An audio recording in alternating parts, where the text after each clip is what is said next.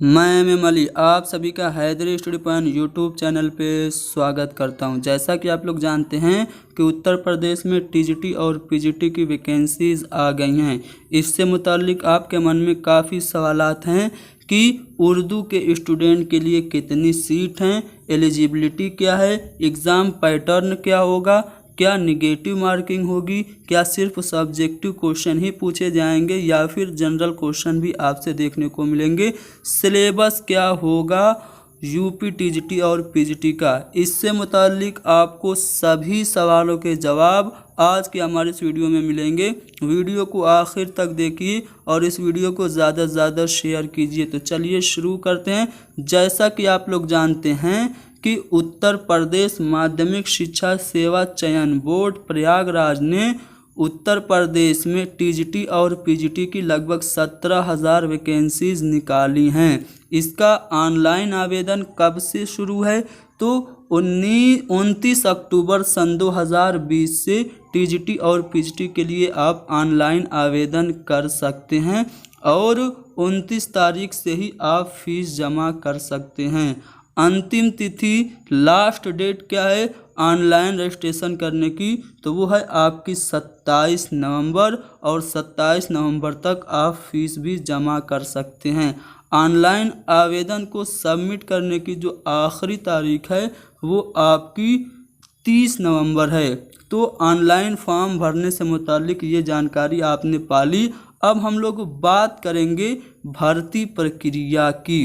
तो जैसा कि आप लोग जानते हैं कि जो परीक्षा होगी, जो इम्तिहान होगा वो लिखित परीक्षा होगी। प्रशिक्षित स्नातक शिक्षक पद के लिए यानी कि टीजीटी के लिए चयन हेतु विषय पर आधारित सामान्य योग्यता की एक लिखित परीक्षा होगी। इससे ये पता चल रहा है कि हमें सिर्फ अपने सब्जेक्ट से रिलेटेड क्वेश्चन ही देखने को मिलेंगे, हमें जनरल स्टडीज़ के क्वेश्चन नहीं पूछे जाएंगे। तो आपको पता होना चाहिए कि लिखित परीक्षा होगी जिसमें 500 अंकों का एक क्वेश्चन पेपर होगा। क्वेश्चन पेपर में टोटल 125 क्वेश्चन होंगे और हर सवाल के लिए आपको 4 मार्क्स दिए जाएंगे। याद रखिए दोस्तों, कोई भी निगेटिव मार्किंग नहीं है इम्तिहान में, तो आपको बेफिक्र होकर तैयारी करना है। निगेटिव मार्किंग आपकी नहीं है और ना ही आपका इंटरव्यू है।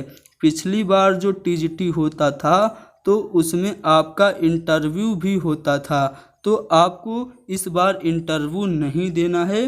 तो 500 क्वेश्चन, 500 नंबर के 125 सवाल होंगे जो कि आपके सब्जेक्ट से होंगे और क्वेश्चन पेपर को हल करने के लिए आपको जो टाइम मिलेगा वो 2 घंटे मिलेगा और जो स्वरूप होगा वो बहुविकल्पीय होगा। यानी कि जो क्वेश्चन पेपर में क्वेश्चन होंगे वो एमसीक्यूज यानी कि मल्टीपल चॉइस टाइप क्वेश्चन होंगे और प्रत्येक प्रश्न के लिए आपको 4 विकल्प दिए जाएंगे जिसमें सिर्फ एक ही विकल्प सही होगा।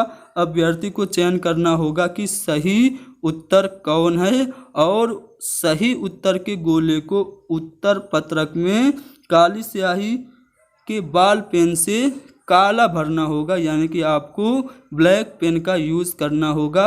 इम्तिहान जो होगा वो ऑफलाइन होगा, ऑनलाइन नहीं होगा। तो इम्तिहान से मुतालिक आपने जानकारी हासिल कर ली। अब आपको सवाल ये जहन में आ रहा होगा कि टीजीटी और पीजीटी के लिए उर्दू में कितने पद हैं। तो मैं आपको बता दूं, अगर मैं बालक वर्ग की बात करूं तो उर्दू में बालक वर्ग में टोटल 65 यानी कि 65 सीट हैं, जिसमें से जनरल 32, ओबीसी 24 और एससी एसटी की 9 सीटें हैं। तो टोटल बालक वर्ग में बॉयज़ के लिए 65 सीट। अगर मैं टीजीटी में गर्ल्स की बात करूं तो उर्दू में टोटल 12 सीटें हैं, जिसमें से 5 जनरल और 5 ओबीसी कैंडिडेट के लिए है। तो इस तरह से आपने ये जान लिया कि टीजीटी में टोटल आपकी 77 सीट हैं। अगर मैं पीजीटी की बात करूं तो पीजीटी में उर्दू के लिए कोई भी सीट दस्तयाब नहीं है।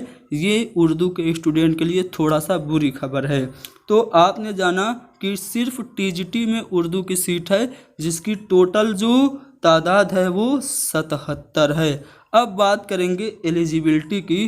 तो आप अपने उर्दू सब्जेक्ट में आएंगे तो पहले आप अहर्ता जान जाइए क्या है, एलिजिबिलिटी क्या है। आप बीए हों उर्दू विषय से, यानी ग्रेजुएशन में आपका उर्दू होना चाहिए और साथ ही साथ एलटी या बीटी या फिर बीएड होना चाहिए।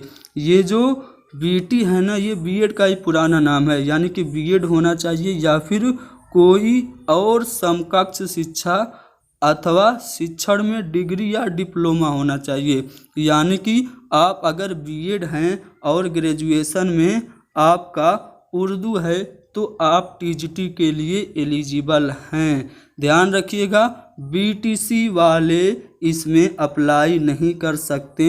बीटीसी जो कि अब डीएलएड के नाम से जाना जाता है, डिप्लोमा इन एलिमेंट्री जिसे कहा जाता है, वो स्टूडेंट्स इसमें अप्लाई नहीं कर सकते हैं। बीटीसी वाले सिर्फ प्राइमरी के लिए ही एलिजिबल हैं। अगर मैं बात करूं अनिवार्य प्रशिक्षण आहर्तता की तो है बीएड या फिर अन्य समकक्ष डिग्री अनिवार्य। ठीक है। अगर मैं वरीयता की बात करूं तो जो लोग बीएड, एमएड, पीएचडी और किसी राष्ट्रीय स्तर की खेलकूद प्रतियोगिता में राज्य स्तर की टीम के माध्यम से भाग लेने का जिनके पास सर्टिफिकेट है उनको वरीयता दी जाएगी। तो ये थी आपकी एलिजिबिलिटी। तो आपने जान लिया कि कौन कौन स्टूडेंट जो हैं वो एलिजिबल हैं टीजीटी के फॉर्म को अप्लाई करने के लिए। ठीक है।